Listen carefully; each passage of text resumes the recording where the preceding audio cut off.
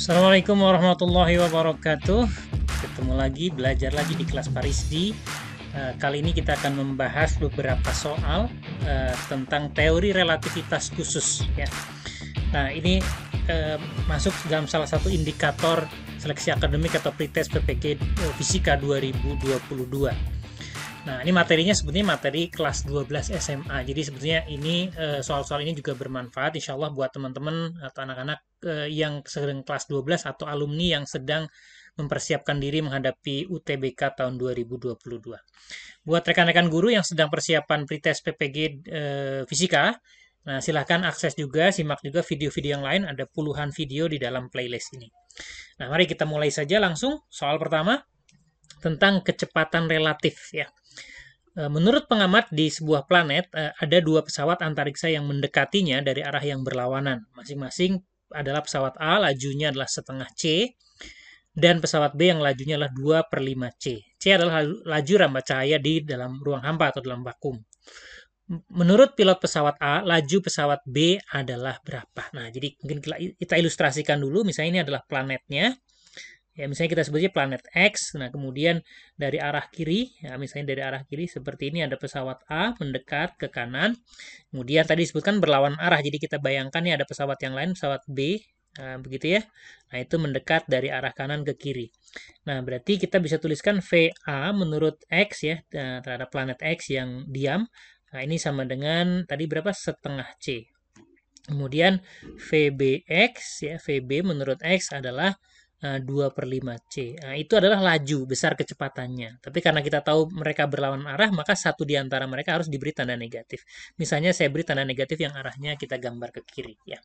Nah, yang ditanyakan adalah uh, kecepatan B menurut A, ya kan ya? Ini kan menurut A, berarti acuannya A, yang ditanya B, VBA. Nah, kalau ditanya kecepatan, nanti jawabannya negatif. Tapi di sini disebutkan yang ditanya adalah laju, jadi besarnya saja. Nanti kita hitung ketemu negatif, tinggal kita mutlakkan aja ya. Nah, langsung kita jawab VB menurut A. Nah, itu menurut relativitas khusus, itu adalah VB. Ya, sama aja dengan sebetulnya ya, ada kemiripan ya dengan relativitas menurut Newton. Ini VBA adalah VB dikurang VA terhadap acuan yang sama. Jadi terhadap acuan yang sama yaitu X gitu ya.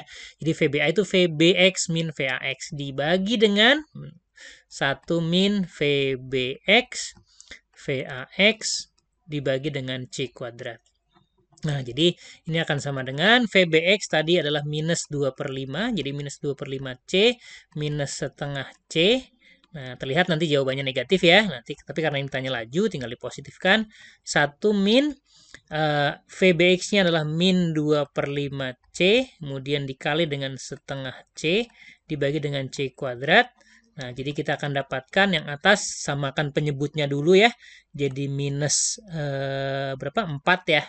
Minus 4C minus dikalikan 5 ya, berarti 5C dibagi dengan 5 kali 2 itu 10 ya. Nah, 10. Nah, ini maksudnya minusnya itu minus di sini ya. Nah, nanti jangan sampai salah posisi. Nah, gitu minus di sini. Nah, dibagi dengan, nah ini kan minus kali minus jadi plus, nanti C kali C, C kuadrat dibagi C kuadrat nanti hilang. Nah, ini tinggal 2/5 dikali setengah, tentu saja 2/10. 2/10 ditambah 1.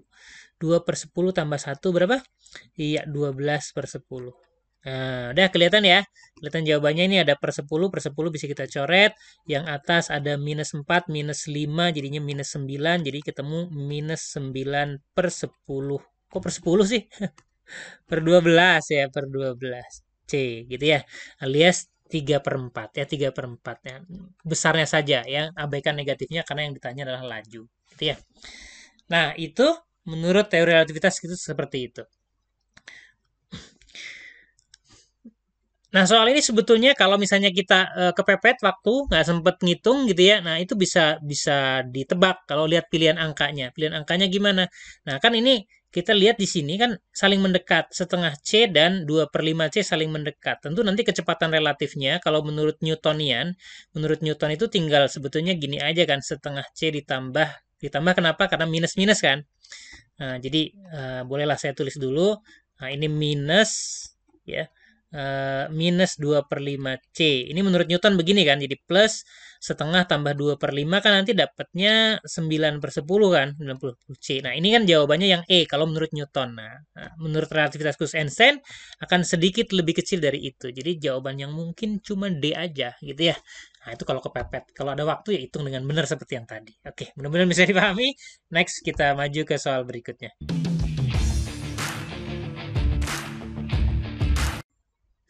Oke, soal berikut tentang kontraksi panjang ya, kontraksi Lorentz biasa disebutnya ya. Besarnya kecepatan gerak sepotong mistar, panjangnya 2 meter dalam kerangka diam berarti ya, ini biasanya kita lambangkan dengan L0.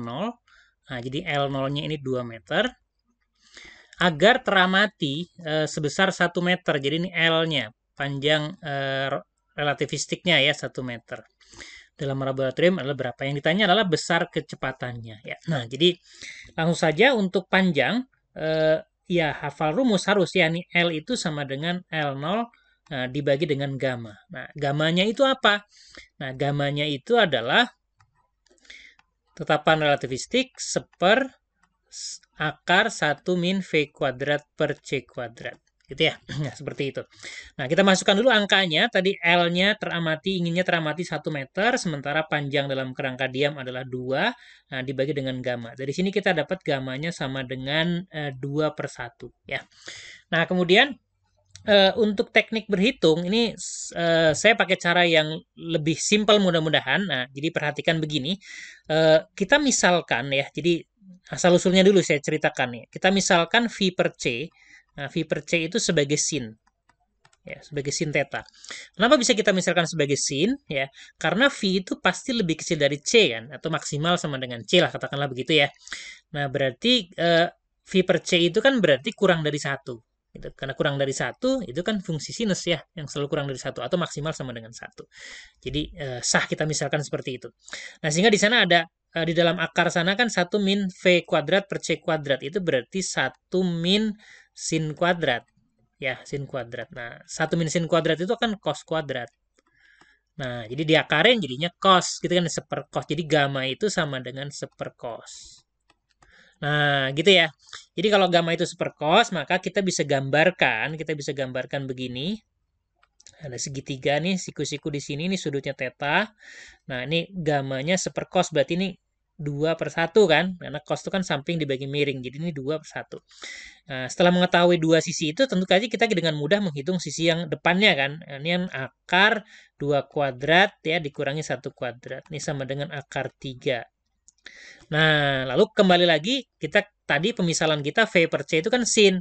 Berarti V per C-nya sama dengan sin theta ya. Sin theta itu depan dibagi miring ya. Depannya itu akar 3 dibagi si miringnya itu 2. Nah, dari sini kita akan dapat V-nya itu sama dengan ya setengah C akar 3. Nah, gitu ya. Nah, C-nya tinggal pindah ruas ke sana. Setengah C akar 3. Jelas C akar 3 dibagi 2. Jadi jawabannya pasti yang B. Gitu. Mudah-mudahan bisa dipahami. Nanti kita akan pakai cara menghitung seperti itu lagi di soal yang lain ya. Oke, next ya. Mudah-mudahan yang ini bisa dipahami.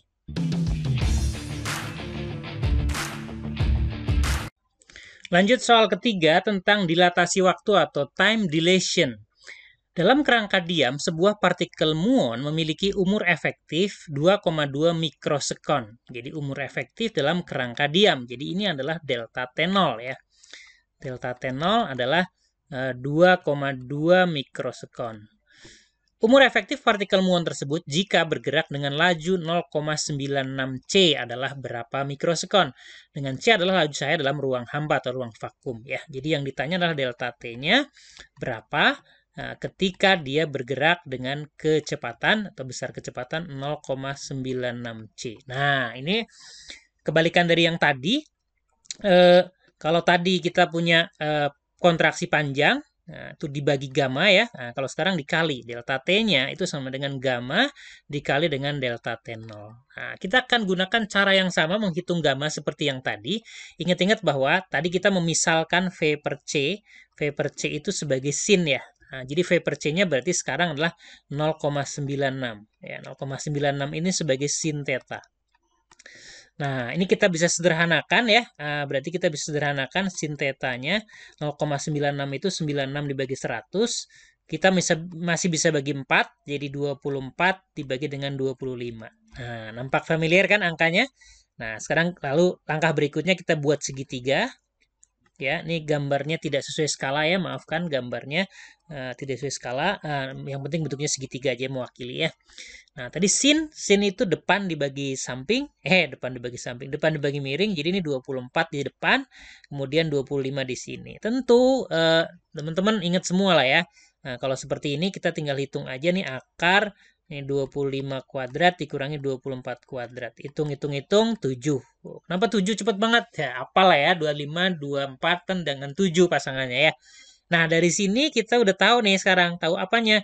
Tahu gamanya dong. Tahu gamanya. Gamanya berarti apa? 25/7. Kan seperkos kan? Kosnya kan 7/25. Jadi gamanya pasti 25/7.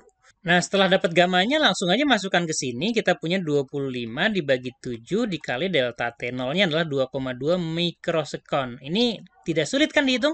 25 kali 2,2 kan 55 ya. 55 bagi 7 mikrosekon. Udah mudah banget dihitung. Kan kalau 56 itu gampang ya. Jadi kita bisa ganti 56 bagi 7 gitu ya. 56 kan 8. 8 kurang 1/7. Per 7 kan 0,14 ya. Pasti ini jawabannya. Ya, mudah kan? Oke, mudah. Sip. Oke, mantap. Lanjut ke nomor berikutnya.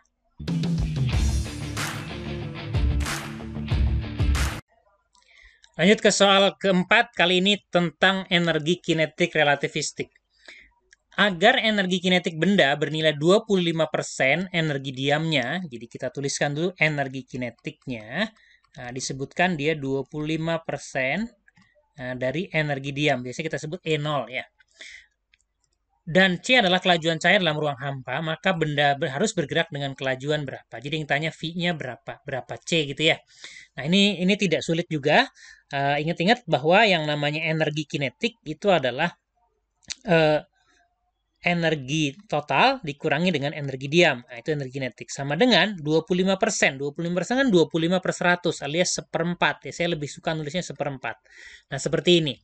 Nah, dari sini tinggal kita pindah ruaskan. Nih, E0-nya ke sebelah sana. Jadi kita akan dapat E akan sama dengan E0 tambah seperempat E0. Tentu saja 5/4 E0. Dan yang namanya energi total, E ini adalah rumusnya gamma dikali dengan E0. Ya, sama dengan 5/4 E0.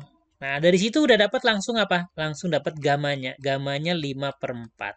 Nah, masih menggunakan metode yang sama seperti tadi. Kita pakai apa namanya? Segitiga siku-siku ya. Ingat gamma itu seperkos. Berarti kalau ini tetanya saya pasang di sini, maka 4-nya di sini, 5-nya di sisi miringnya. Nah, tentu ini pasangan Pitagoras paling terkenal di dunia kan. 5, 4, temennya berapa? Pasti di sini 3, ya kan? Nah, hitung pakai Pitagoras kalau lupa ya. Masa lupa sih? Nah, dari situ udah dapat sisinya semuanya. Kita terakhir menghitung V per C-nya. V per C-nya adalah sin ya, seperti yang kita gunakan di soal sebelumnya. Sin berarti depan dibagi miring, 3/5. Berarti kita dapat V-nya sama dengan 3C/5 alias 3/5C. 3C/5 itu yang ini, yang D. Gitu. Bisa dipahami? Mantap lah, insya Allah bisa ya. Lanjut ke nomor berikutnya.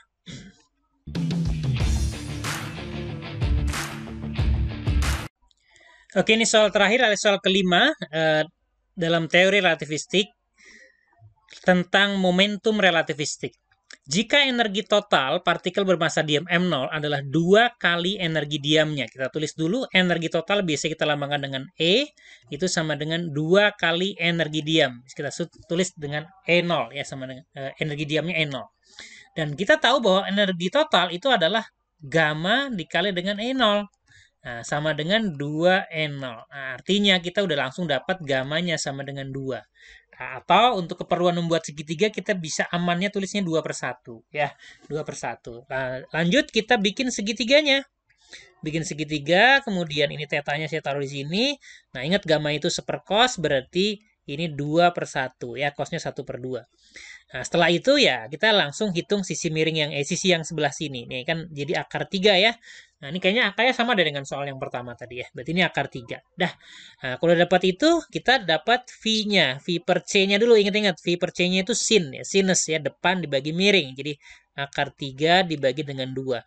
Jadi, kita akan dapat V-nya sama dengan setengah C akar 3. Ya, gitu ya. Nah, lalu yang ditanya adalah momentum relativistik atau P ya. P itu sama dengan M dikali dengan V. Jangan lupa kalau ini relativitas, M-nya adalah gamma dikali dengan M0 ya, dikali dengan V. Nah, berarti kita akan dapat gamanya itu 2, nah, M0-nya M0 aja. Nah, kemudian V-nya adalah setengah C akar 3.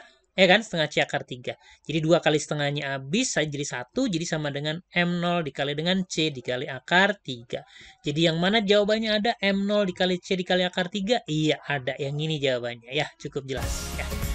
Oke, itu mudah-mudahan 5 soal ini bisa dipahami dan mudah-mudahan juga keluar di ujian nanti ya, salah satunya mungkin ya. Oke, semoga bermanfaat. Sekian dulu. Assalamualaikum warahmatullahi wabarakatuh.